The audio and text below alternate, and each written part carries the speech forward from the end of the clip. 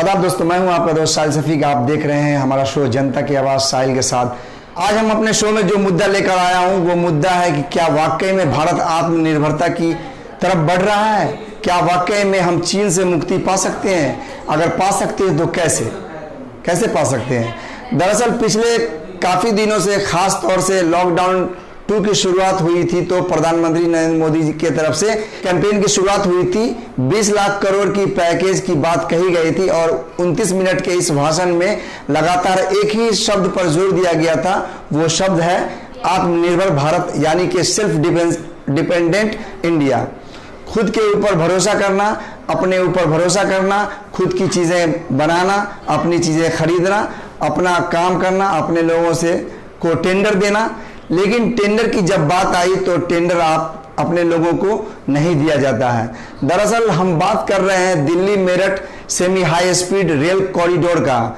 ठेका उठाया गया है दिल्ली से मेरठ के लिए एक सेमी हाई स्पीड, यानी कि न फुल्ली हाई स्पीड न नॉर्मल रेलवे ट्रैक, उसके लिए कॉरिडोर बनाया जा रहा है। और उस कॉरिडोर को बनाने के लिए टेंडरिंग की गई और टेंडरिंग के दौरान जो चाइना की कंपनी है उसको ठेका दे दिया गया। लेकिन उस सभी पर हम बात करेंगे कि कितना में ठेका दिया गया। लेकिन जिस प्रकार देश में लद्दाख बॉर्डर पर चाइना हमारे देश की ज़मीन को हथियाना चाहता है, कब्जा जमाना चाहता है, और अभी हमारे सैनिकों को जिस तरह वो क्षति किया और शहीद कर दिया गया है, उन सभी के बीच हमारे देश में चाइनीज़ कंपनी को ठेका मिल जाता है और ये बहुत ही अफसोस की बात है। और इसको लेकर काफ़ी विवाद भी चल रहा है। दरअसल ये जो ठेका उठाया गया है वो 1126 करोड़ रुपया का ये ठेका उठाया गया है। चाइना की एक कंपनी है जिसका नाम है Shanghai tunnel engineering limited company. इसको 1126 करोड़ रुपया का ये ठेका दिया गया है।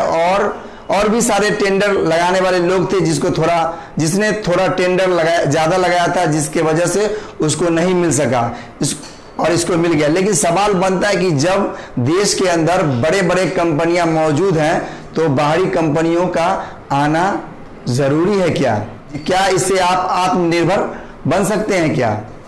इसको लेकर अब आरएसएस की एक इकाई भी मोदी सरकार के खिलाफ उतर आई है। स्वदेशी जागरण मंच ने भी ये मांग की है कि मोदी सरकार को तत्काल प्रभाव से इस टेंडर को रद्द करें और आने वाले समय में चाइना को कोई भी टेंडर नहीं दिया जाना चाहिए।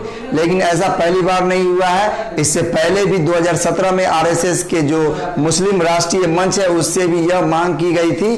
पिछले दिनों युवा बीजेपी के कर्नाटक के प्रदेश अध्यक्ष उन्होंने भी मांग की थी। उसके अलावा तमिलनाडु के बाकी जगह के जहाँ की बीजेपी के एमएलए ने राजा सिंह जी है, उन्होंने पिछले दिनों चाइना वायरस गो बैक के नारे भी लगाए थे। राजा सिंह जो एमएलए है उन्होंने चाइना गो बैक के नारे भी लगाए थे।